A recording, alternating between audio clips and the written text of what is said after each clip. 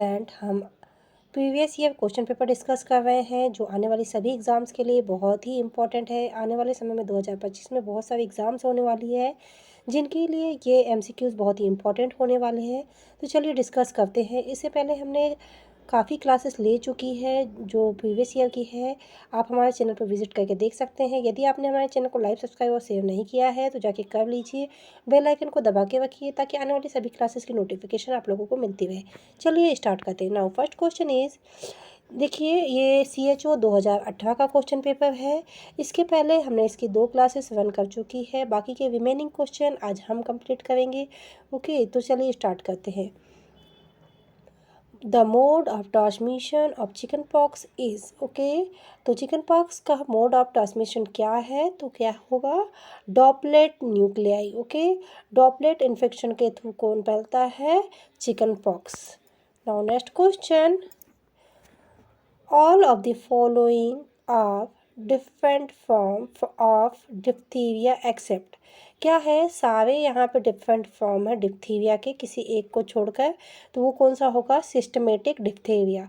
Systematic diphtheria नहीं होता, बाकी ये सारे डिप्थीरिया होते। कौन सा? नेजल डिप्थीरिया, लेरिंजोट्रैकियल डिप्थीरिया, कॉजनेशिया कॉजनेशियस डिप्थीरिया, ये सारे क्या होंगे? डिप्थीरिया के फॉर्म होंगे। बाकी सिस्टमेटिक डिप्थीरिया कभी नहीं होता। Next question, the most effective drug use to treat carriers of diphtheria is, तो डिप्थीरिया को जो ट्रीट करने के लिए कौन सी मेडिसिन यूज़ की जाती है? तो वो है इजिथ्रोमाइसिन। ओके, कौन सी मेडिसिन यूज़ की जाती है बेटा? Azithromycin. Next question, pertussis is also known as, pertussis क्या है? Whooping cup. पर्ट्यूसिस को अब क्या बोला जाता है? Whooping cup. Now next question, which of the following disease condition is a major cause of mental insufficiency and stenosis, तो क्या है? मेजर कंडीशन क्या होगी इस डिसीज में? वोमेटिक फीवर देखने को आपको मिलेगा। ठीक है। Next question, when the cause of hypertension are unknown it is called, ठीक है, हाइपरटेंशन का कोई भी कॉज पता नहीं होता, वो कौन सा हाइपरटेंशन कहलाता है? Primary hypertension. उसमें आपको पता नहीं चलेगा कि हाइपरटेंशन किस वजह से हो रहा है, आपको कोई कॉजेटिव एजेंट पता नहीं है, तो वो क्या कहलाएगा? Primary hypertension. Now next question, the life style that has greater risk for developing coronary heart disease is, तो क्या है? Sedentary life style. कई बार बोला जाता है ना कि जो हमारी लाइफ स्टाइल होती है वो बहुत ज़्यादा हमारे हार्ट डिसीज़ को, कई बार होता है कि ओबेसिटी को जन्म देती है, तो वो क्या है? सेडेंटरी लाइफ स्टाइल जो है ये सारी चीज़ों को डेवलप करती है। इनसे हमको डायबिटीज़ होने के चांसेस है, ओबेसिटी से बहुत सारी बीमारियां होती है, कोरोनरी हार्ट डिसीज़ होती है, ब्लॉकेज होते हैं, हार्ट की जितनी प्रॉब्लम होती है वो होते हैं। तो वो कौन सी लाइफ स्टाइल है? Sedentary life style. Next question, the regular monitoring of blood pressure is under which level of prevention, तो क्या है?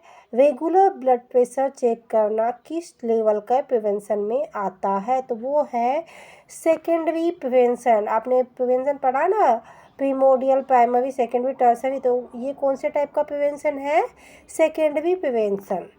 Next question, which is the following is not a risk factor for the development of diabetes mellitus, तो क्या है? इन सभी में जो नहीं है डायबिटीज़ मेलाइटस का रिस्क फैक्टर, वो है high intake of vitamin A.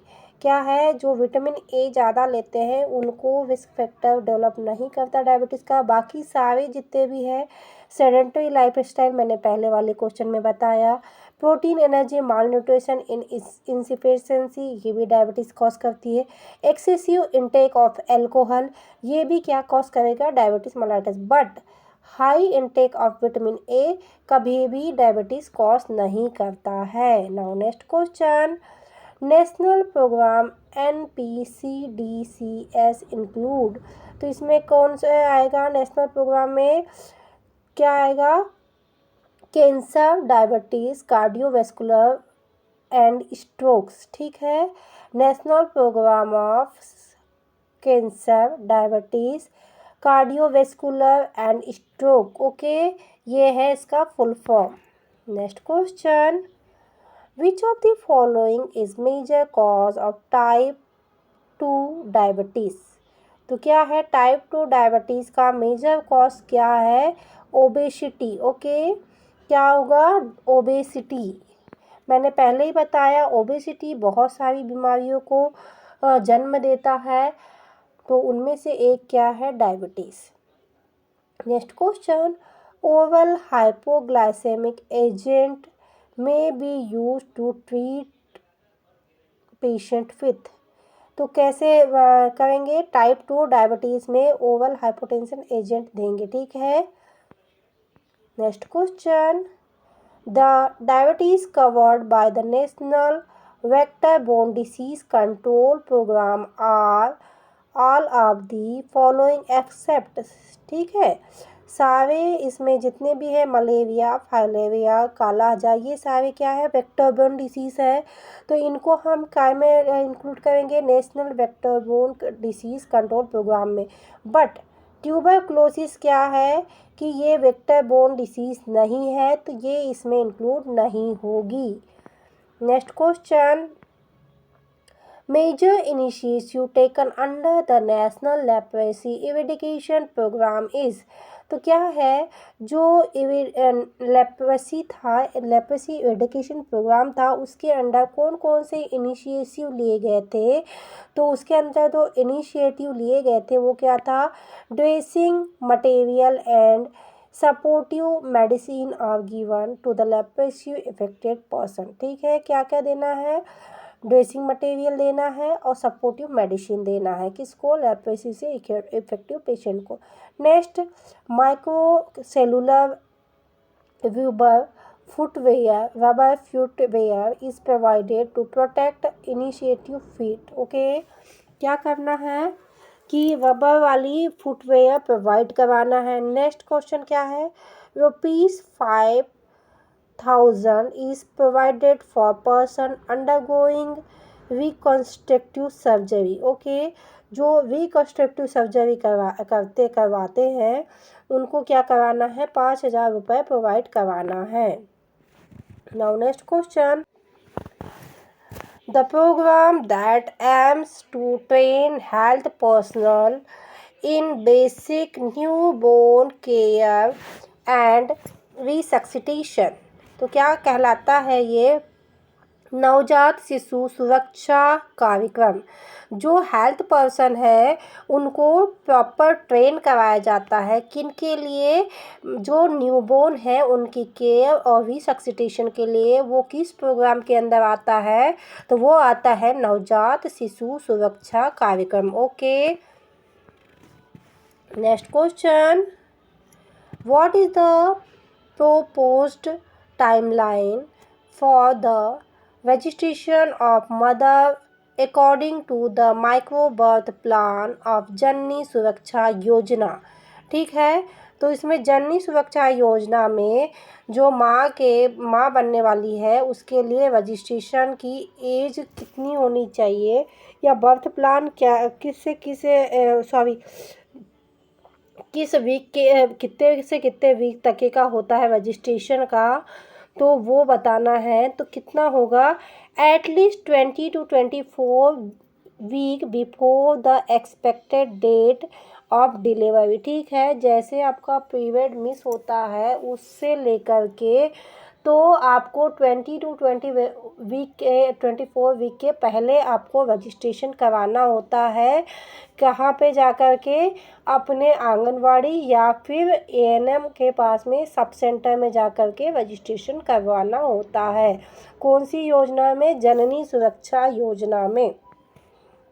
Next question, Which of the following can volunteer themselves under the Vande Mataram scheme for providing safe motherhood service. Okay, तो क्या है उसमें, obstetric and gynaecology specialist doctor. ठीक है, इसमें क्या है, वॉलेंटियर कौन होगा, इसमें वंदे मातरम स्कीम में कि ऑब्स्टेटिक होनी चाहिए और एक गायनेकोलॉजिस्ट स्पेशलिस्ट डॉक्टर होना चाहिए, काय के लिए, डिलीवरी कंडक्ट करने के लिए। Now next question, the national adolescent health programme will be launched in the year. तो नेशनल एडोलसेंट प्रोग्राम था वो किस ईयर में लॉन्च हुआ था, तो वो हुआ था 2014 में। ओके, नेक्स्ट क्वेश्चन, राष्ट्रीय किशोर स्वास्थ्य कार्यक्रम RKSK has the following 6 priority areas expect। ठीक है, जो राष्ट्रीय किशोर सुरक्षा कार्यक्रम है उसमें 6 प्रायोरिटी एरिया है किसी एक को छोड़ के। वो क्या है, address condition for the communicable disease, ये नहीं है, बाकी क्या है, इम्प्रूविंग द न्यूट्रिशन कंडीशन है, enable sexual and reproductive health है, उसके बाद में प्रिवेंट इंजुरी एंड वायलेंस है। ओके, ये सारे आएंगे, but addressing the condition of communicable disease ये नहीं आएगा। Next question, which state is called the lead of 5 river.